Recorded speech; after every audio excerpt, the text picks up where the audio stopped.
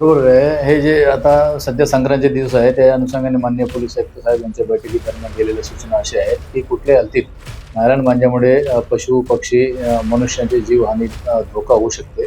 त्या अनुषंगाने जिथे कुठं काही खबर मिळाली ते आपण रेड करण्याच्या याच्यात राहतो. त्या अनुषंगाने काल पेट्रोलिंग दरम्यान दिलीप पवार यांच्या पथकाला माहिती मिळाली. अंदाजे 20 छत्री लष्करी बागमधून जप्त करण्यात आले. त्याच्यात राजकुमार रामटेके याला आरोपी बनवण्यात आले आणि याच्याकडून अंदाजे 30,000 रुपये माल जप्त करण्यात आले. आणि अशा पद्धतीचे जर कुठं विक्री किंवा खरेदी विक्री तसेच वापर अशा पद्धतीने काही असेल तर लोकांच्या लक्षात आलं तर 112 वर फोन माहिती द्यावी किंवा संबंधित जवळच्या पोलीस डीबी पथकाला किंवा खूप याला किंवा पोलीस निरीक्षकांना माहिती देऊन जेणेकरून अनहोनी घटना आहे ते टाळलं पाहिजे. त्या अनुषंगाने लोकांनी सतर्क असायला पाहिजे आणि दुसरं जे नायलॉन मांजा सोडून इतर मांजाचा वापर करून त्यांनी पतंग उडवण्याचा आनंद घ्यावा.